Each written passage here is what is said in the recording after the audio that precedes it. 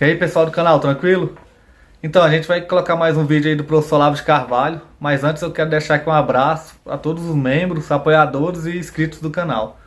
Porque a gente está aqui desde 2012, compartilhando conhecimento do professor Olavo de Carvalho.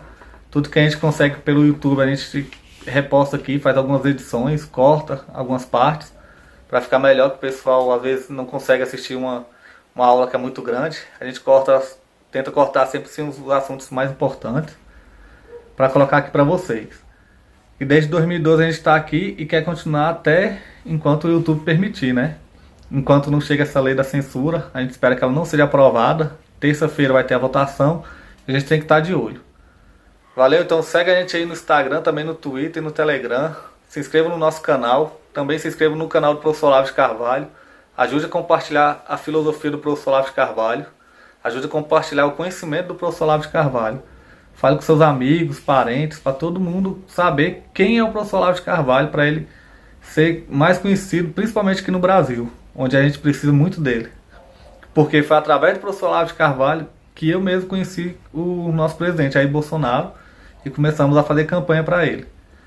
Então, eu acho que eu tenho certeza que sem o Olavo de Carvalho, hoje o Brasil estaria muito ruim. Eu acho que nem o presidente Jair Bolsonaro tinha conseguido se eleger. Então é isso aí, tá dada a mensagem, fiquem com a gente, passa lá na comunidade que a gente tem as indicações de livros. Livros vão ser muito importantes se essa lei da censura passar, porque a gente não vai poder estar falando em alguns assuntos aqui no YouTube. Então os livros vão ser o nosso ponto de fuga. Valeu, tamo junto aí, forte abraço, fiquem com o vídeo. Várias perguntas interessantes. Uma dessa aqui, Antônio Pavese Neto. Não, Marcos Herkenhoff. Teria Marx a noção do que poderia se tornar o marxismo nos nossos dias e teria ele repulsa por alguma das correntes atuais? Com certeza, seria impossível que ele aprovasse igualmente todas as inúmeras correntes que foram surgindo do seu próprio pensamento. Mas isso não elimina o fato de que ele é responsável por todas elas. Quer dizer, ele não inaugurou uma filosofia, gente, ele inaugurou um movimento político de alcance mundial. Na verdade, o comunismo é o único movimento político mundial. Isso é importantíssimo. Não existe nenhum outro movimento que tenha alcance mundial. Nem o movimento fascista chegou a ter. Quer dizer, o fascismo já foi, vamos dizer, já tinha países fascistas lutando entre si desde o início. Então, o Brasil não estava na guerra contra os alemães e italianos, estava. A Áustria também. A Áustria tinha um governo fascista antinazista, que era o do Dollfuss, né? Então você nunca houve uma internacional fascista, nem é possível haver. Né? Mas no comunismo é possível esta convivência de correntes antagônicas dentro de uma mesma estratégia. Isso é um negócio assim, prodigioso. Então, esse movimento existe já há mais de um século e meio. E é o único movimento de envergadura mundial. Karl Marx criou isto. Então depois ele não tem sentido ele dizer, não, mas eu não queria que tomasse tal ou qual desenvolvimento. Como é que você sabia? Você não sabia que ia tomar esse desenvolvimento. Você simplesmente deu um empurrão inicial e a bola continuou rolando. Não é isso? Mas ele mesmo disse que se o importante não é você interpretar o mundo e sim transformá-lo, e note bem que antes disso ele já tinha proposto a crítica radical de tudo quanto existe. Pensa bem o que quer dizer essa noção. Essa noção coloca o homem acima do universo. Ele pode criticar a criação, Deus, né, o tempo, a estrutura física do universo. Ele não tem nenhum compromisso com nada, não tem nenhum compromisso com a realidade. Ele está acima da realidade, gente. E esta é a característica principal do marxismo. Não pode não ser do marxismo inicial de Marx. Marx não poderia pensar em tudo que o marxismo ia desenvolver depois. Mas ele deu o pontapé inicial e ele queria que fosse um movimento de alcance mundial voltado o quê? À crítica e transformação de tudo que existe. Ele fez isso. Então ele tem que responder pelas consequências, evidentemente. Por outro lado, por exemplo, a necessidade do genocídio, ele reconhece desde o início que sem o genocídio eles não iam conseguir nada. Ele fala, o nosso movimento vai ter que...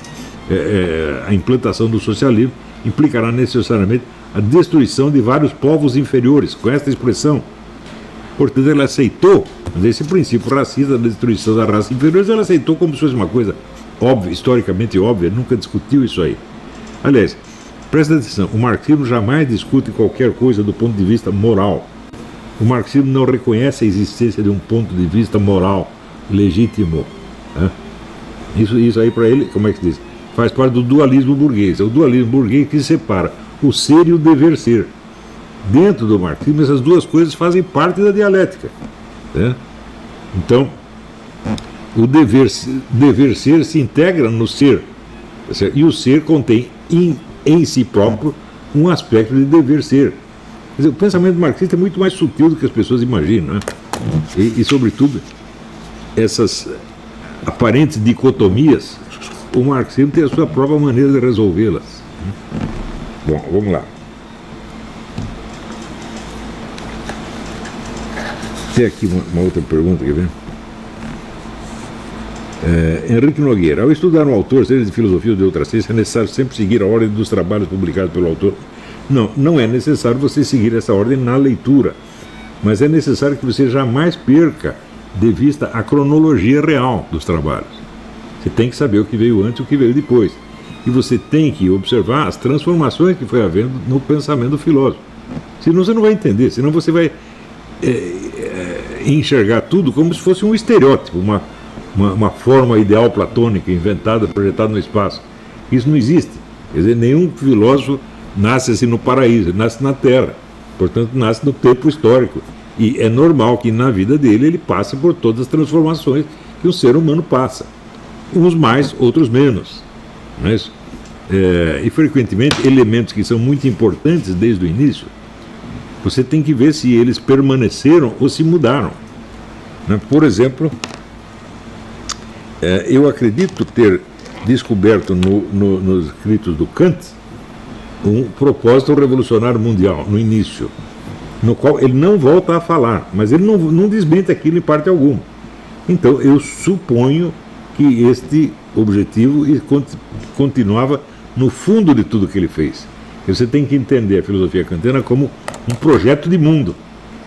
E quando você observa como o mundo ocidental se transformou, desde aquela época até hoje, você vê que se transformou muito no sentido kantiano. Quer dizer, muitas ideias kantianas se tornaram senso comum e estruturaram o ensino, o Estado, as legislações, etc, etc. Por isso que eu chamei o Kant de pai da porcaria. Né? Em geral, a pessoa imagina o Kant como um sujeito bonzinho, idealista, não era como o malvado Karl Marx. Mas ele tinha um projeto mundial tanto quanto Karl Marx. E ele obteve mais sucesso do que Karl Marx. Porque mesmo dentro do mundo comunista, a influência do Kant está lá presente. Quer dizer, o marxismo não deixa de ser, sob certos aspectos, não todos, um filhote do Kant. Né? Também um outro aqui pergunta.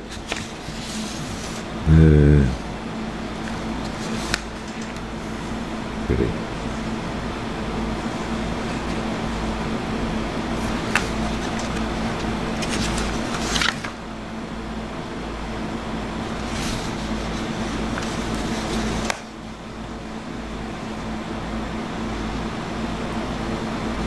Felipe Vitorino, o senhor poderia dar alguns conselhos para quem quer absorver a obra do senhor em profundidade e aprimorá-la? Bom, eu sei que isto é um problema, porque em toda a interpretação, todo estudo aprofundado da obra de um filósofo, você tem que levar em conta o estado do material que ele legou. Tá certo? E o que eu leguei, 80% não é texto. A coisa foi simplesmente gravada e eu não tive nem tempo de transcrever. Não fiz assim porque queria. Assim, porque era uma vida excepcionalmente agitada, cheia de acontecimentos. Eu digo que eu vivi 20 vidas numa só. Não me deu tempo de escrever. E eu não tenho velocidade de escrita como outros escritores tinham. Eu escrevo as coisas devagar. Parece que não, mas escrevo devagar. Se for uma coisa comprida, então a coisa pode ser, por exemplo, o Jardim das Aflições. Eu escrevi metade do Jardim das Aflições no primeiro dia. Depois levei 6 anos para completar o resto. Isso tudo pode acontecer, tá certo? Então você tem que ver o estado da minha obra. Eu reconheço que é caótico. Isso pode criar muito problema, mas isso não justifica que o sujeito atribua ao Olavo de Carvalho qualquer besteira que lhe passe pela cabeça. Ele tem que ir para o documento e ver a validade, e a importância relativa do documento. Não é possível o camarada pegue lá, sei lá, uma matéria da Planeta, tá certo? Veja, eu trabalho na Planeta como repórter da Planeta. Eu não era um escritor que de vez em quando contribuía para o Planeta. Não, eu estava vivendo daquilo, tá certo? Então era um trabalho profissional jornalístico sem um comprometimento pessoal profundo. O jornalista não se compromete profundamente com o que ele escreve, quer dizer, não é essa ideia dele, a criação dele, não é apenas um trabalho profissional como qualquer outro. Trabalho pessoal começa com a publicação dos livros, aí sim. É isso. Mesmo assim, os primeiros livros que eu fiz, eu estava ali sob orientação, eu estava escrevendo para ver se eu convencia o pessoal do Shuon a me deixar entrar na Tarica.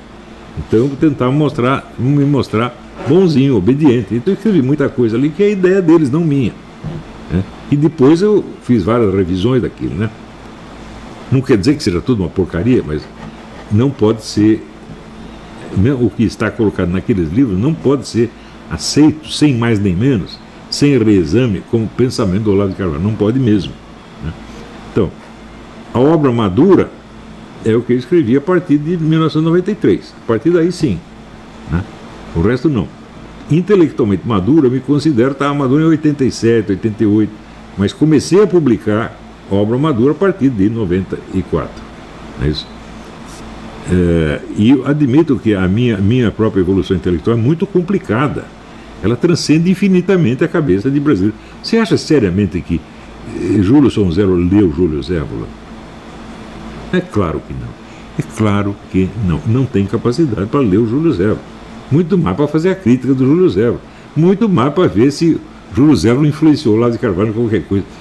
Para mim a coisa mais óbvia é o seguinte: o Júlio Zévola não influenciou nada nunca. Guénon influenciou, tá certo? Relativamente, tá certo? E depois foi submetido a um reexame. Muito sério, muito severo, inclusive. Né?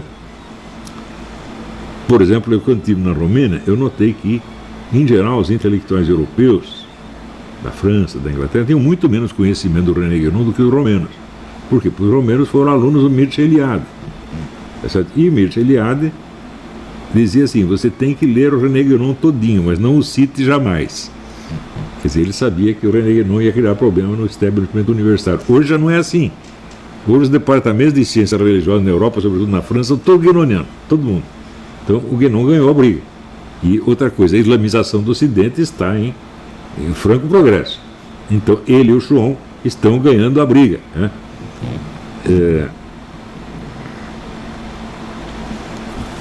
Vamos lá. José Paulo Monteiro. Na entrevista com o Casimiro de Pina, o senhor falou de um exame profundo das influências do comunismo sobre nós. Como fazemos para nos examinar e nos limpando das suas influências? O livro Anamnese do Wagner seria um caminho? Sim, até certo ponto sim, porque ele examina ali experiências de infância que continuaram estruturando o seu pensamento ao longo do tempo. Não é isso? Então, o que você tem que fazer? Você tem que fazer a lista das coisas em que você realmente acredita. É de ser difícil, porque geralmente aqueles pontos que são premissas do nosso pensamento não aparecem. São premissas ocultas. Quer dizer, você acredita em X, Y e B, mas esse X, Y e B está baseado em A, B e C que está ali no fundo. Está entendendo? Então, descobrir as premissas fundantes do seu pensamento.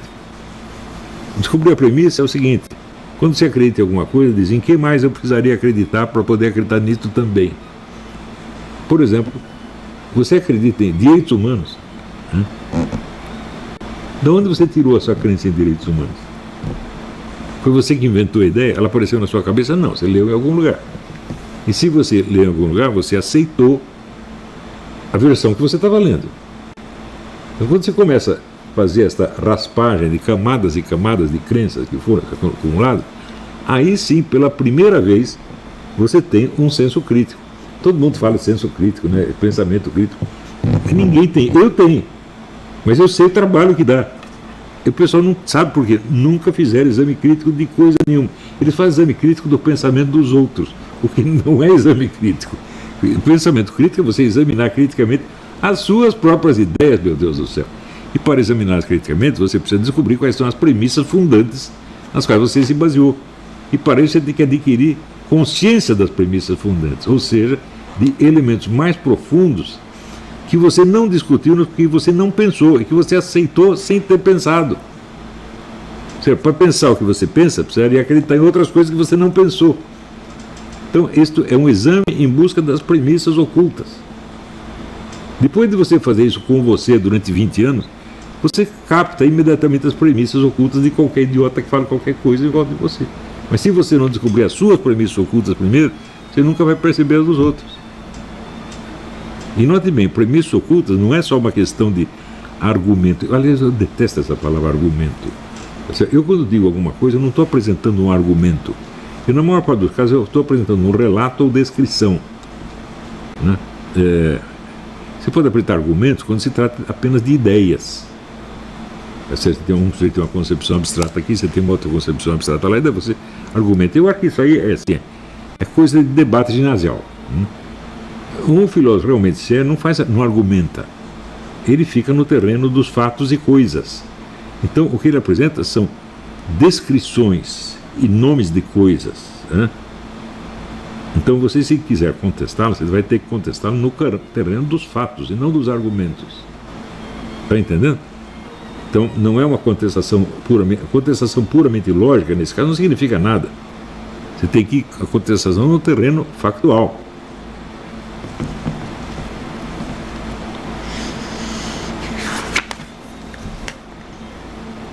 Giovanni Pereira Mendonça. Atualmente o senhor está escrevendo algum livro?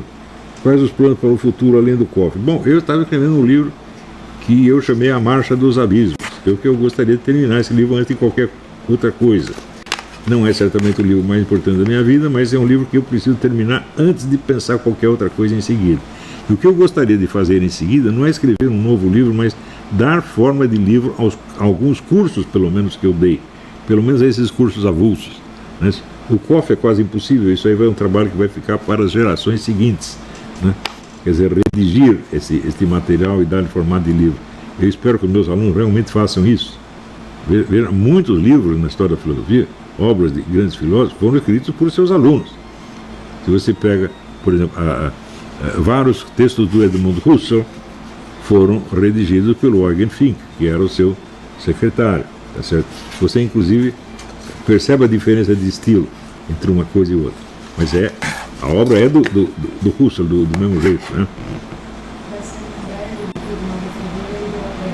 Que em breve vai sair o curso sobre Mário Ferreira e o curso sobre Lavelle. A pessoa está redigindo isso, graças a Deus, porque se dependesse exclusivamente de mim, eu jamais ia ter tempo de fazer isso. Outro livro, tem o livro do Hegel, Lições sobre a História da Filosofia Universal, 3 volumes. Foi escrito pelos alunos, não foi ele que escreveu. A obra do Bernard Lonergan, Topics on Education, um livro maravilhoso. Foram os alunos que escreveram, levaram 5 anos para fazer isso em mais de 10 pessoas, para você ver como é difícil esse trabalho. Né?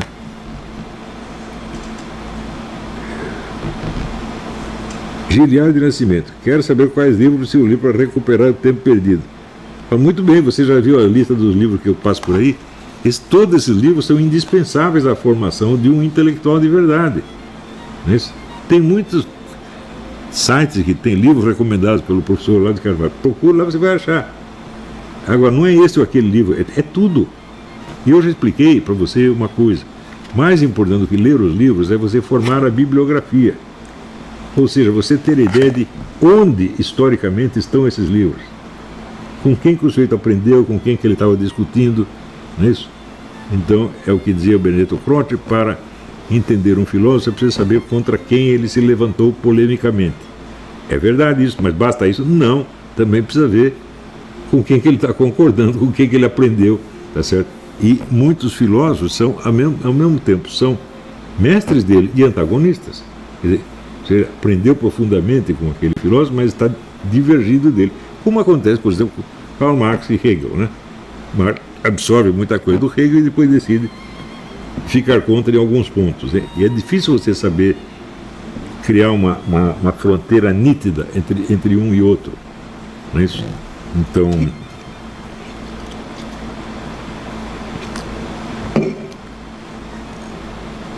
uma boa maneira de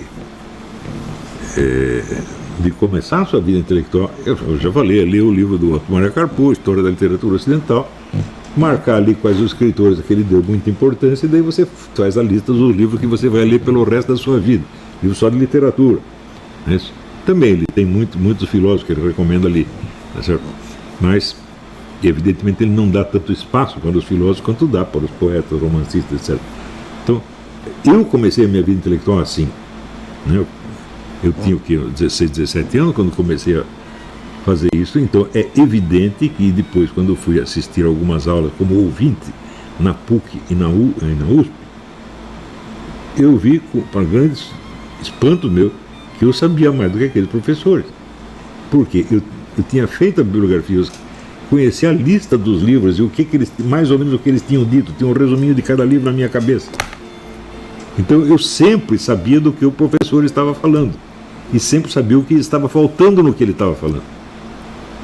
Veja a importância da organizar a bibliografia é a coisa mais importante da sua vida. Porque você vai ter que ler um pouquinho de cada um dos livros, algumas linhas pelo menos, para você saber mais ou menos onde está. Daí você faz a classificação, faz a ordenação cronológica, percebe as várias linhas de força que tem ali, linhas de influência interna, isso é importantíssimo. Por exemplo, vamos dizer, escolas estilísticas, né? Elas que seguem a mesma lição estilística de outros. Né? E você saber o que quer dizer realismo, romantismo, etc. Não por definição escolar, mas por vivência real dos textos. Né? Quer dizer, você saber, por exemplo, você saber o que é romantismo, então você passar uns meses lendo o Chateaubriand. Né? Ler ali as Memórias de Além Túmulo, né?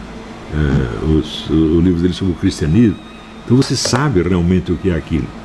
Você pega para você ler Chateaubriand, ler Rousseau, são autores completamente diferentes, mas estão na mesma atmosfera do romantismo, e você entendeu o que existe de igual e de diferente. Isso é maravilhoso, gente. São experiências incríveis, né? Mas você tem que começar fazendo a lista dos livros. Aprenda a fazer a bibliografia antes de ler qualquer livro.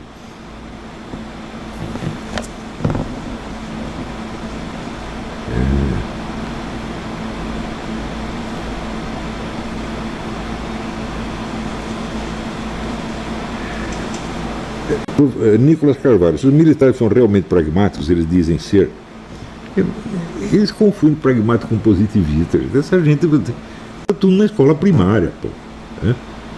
É impressionante.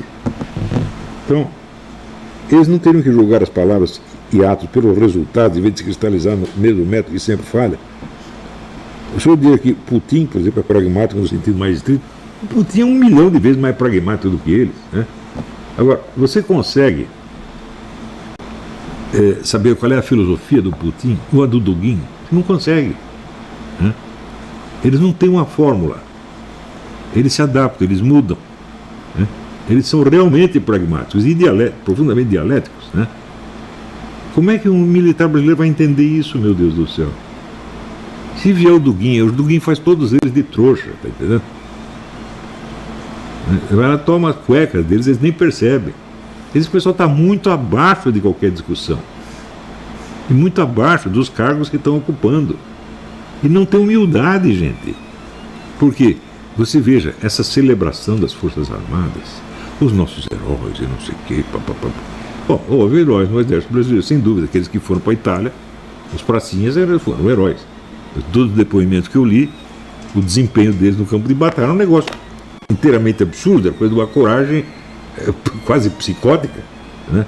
Os americanos, quer dizer, parece que esses caras parecem que eles acham que não vão morrer.